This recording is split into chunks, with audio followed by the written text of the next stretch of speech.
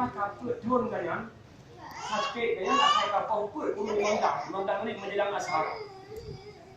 Nyo kedua, nyo dia 15 menit itu kayak kawan. Maka rupanya karena 15 menit itu kena asar, lagi nak ni tiupnya ganyan tadi. Pindah dari dia. Tapi kan rasa lagi Ribu. tak kuat.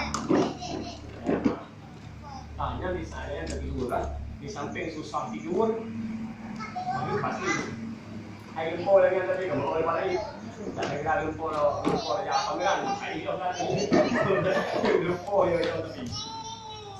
Dan di saat tertidur, kemudian di saat terjaga, waktu terjaga, emosi dulunya menghana stabil, bagah ringkeng, hal kecil jadi marah.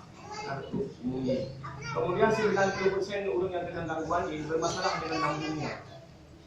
Lambung. Nah, kemudian saya juga alami terkadang sakit berpindah-pindah.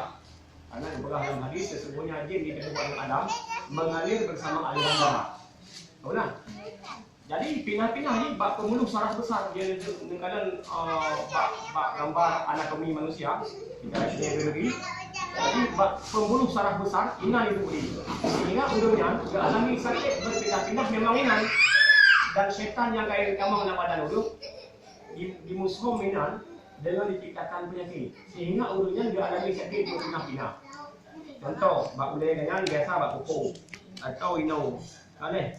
Kemudian ino makin berkawin dengan berkawin. Aneh ino. Nah sebagian itu terasa lagi namun ino ya. Bado. Aneh ikut liung 2 orang leher.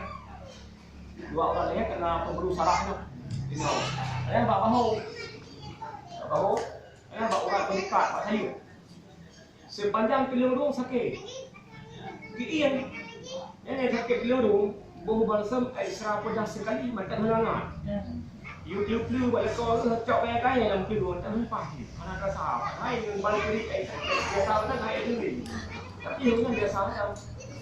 Ya, kan? Ada sakit ini kan?